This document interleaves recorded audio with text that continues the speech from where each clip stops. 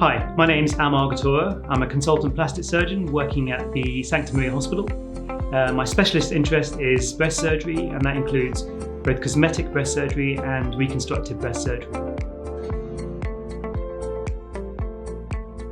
There are lots of variations in the types of implants we use. There are round implants and teardrop implants. There's a choice in the consistency of the implant, so whether you use a silicone implant or whether you use a saline implant. Even the shell can be changed, whether you use a smooth shell implant or textured implant, and you should really speak to your surgeon about these different combinations and which one is the right one for you. Round implants are an excellent choice of implant shape and are probably most commonly used, and these give a nice full round cleavage appearance. Teardrop shaped implants are slightly flatter in the upper half and give a more natural result, particularly those placed underneath the muscle. When it comes to the shell of the implant, it's quite important to understand what different types there are. You can either choose a smooth shell implant or a textured implant, and there are some differences with each one. With a textured implant, the idea is that implant then sticks to your tissue when it's placed inside you and doesn't move around. And the idea of that is it reduces the amount of thickening in the scar tissue around the implant. That's called a capsular contraction. With a smooth implant, it doesn't stick to the tissues and has a high rate of capsular contraction.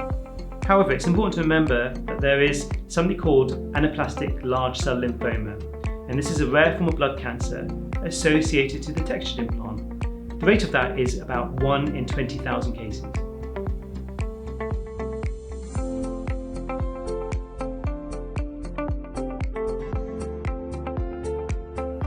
Although breast implant surgery is very routine, the decision making beforehand is quite complex, and you should talk to your surgeon very carefully about this when choosing the type of implant, the position of the implant and the shape of the implant. With the surgery, in general, it's performed under general anaesthetic and takes about 1.5 to 2 hours. Surgery is done as a day case.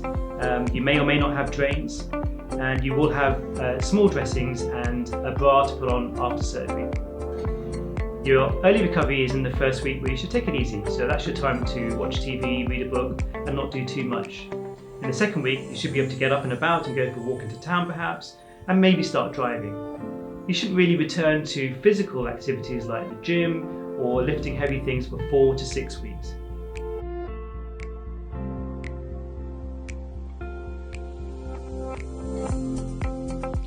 Breast uplift is also known as a mastopexy, and it's a way of removing excess skin from the breast and tightening all the tissues. You go from having a breast that perhaps is drooped to a breast that's fuller, higher and rounder. With breast uplifts, your breasts are likely to be better shaped but smaller in size.